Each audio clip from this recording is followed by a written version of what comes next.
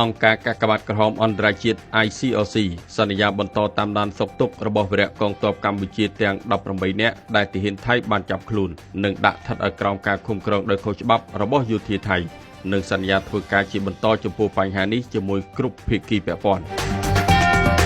អំឡុងពេលនៃជំនួបពិភាក្សាការងារជាមួយលោកគីលខាបូនីអនុប្រធានអង្គការកាកបាទក្រហមអន្តរជាតិ ICRC កាលពីថ្ងៃទី1ខែធ្នូឆ្នាំ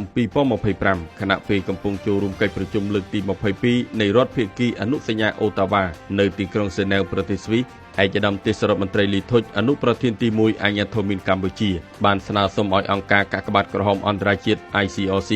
បន្តតាមដានសុខទុក្ខរបស់វីរៈកងទ័ពកម្ពុជាទាំង18រូបនិងជំរុញឲ្យថៃដោះលែងយោធិនកម្ពុជាទាំងអស់ជាមួយគ្នានេះឯកឧត្តមទេសរដ្ឋមន្ត្រីលីធុចបានថ្លែងអំណរគុណដល់អង្គការកាកបាទក្រហមអន្តរជាតិ ICRC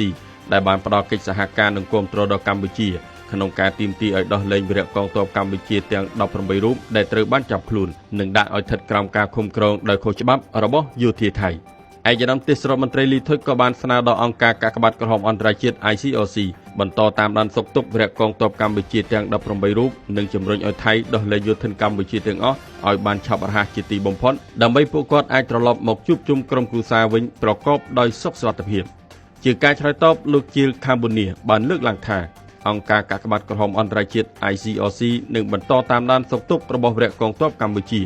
និងសន្យាធ្វើការជាបន្តចំពោះបញ្ហានេះជាមួយគ្រប់ភាគីពាក់ព័ន្ធសូមបញ្ជាក់ថាគិតត្រឹមថ្ងៃទី2ខែធ្នូឆ្នាំ2025នេះជាថ្ងៃទី126ហើយដែលវីរៈកងទ័ពកម្ពុជាចំនួន18នាក់ត្រូវបានចាប់ខ្លួននិងដាក់ឲ្យស្ថិតក្រោមការឃុំឃ្នងរបស់យោធាថៃកម្ពុជាអំពាវនាវឲ្យភាគីថៃគ្រប់ឲ្យបានម៉ឺងម៉ាត់ស្មោះត្រង់និងដោយសុឆន្ទៈពិតប្រាកដ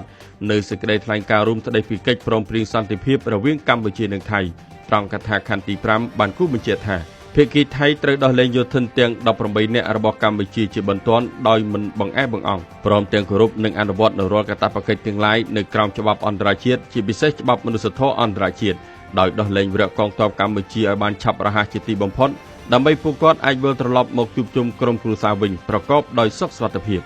សូមបញ្ជាក់ផងដែរថារដ្ឋាភិបាលកម្ពុជាបាននឹងកំពុងធ្វើការយ៉ាងស្រស័ក្តិស្រស្រាំឥតឈប់ឈរដោយបានប្រើប្រាស់គ្រប់មធ្យោបាយនិងយន្តការដោះស្រាយទាំងអស់ដើម្បីទាមទារឲ្យភាគីថៃដោះលែងវីរៈកងទ័ពរបស់យើងទាំង18នាក់នោះឲ្យបានឆាប់រហ័សជាទីបំផុតនិងដោយសុខសុវត្ថិភាពរដ្ឋាភិបាលក្រសួងការពារជាតិនិងកងយោធពលខេមរភូមិន្ទមិនដែលបោះបង់កងទ័ពរបស់យើងណាម្នាក់ចោលនោះឡើយមិនថាក្នុងកលៈទេសៈណាក៏ដោយ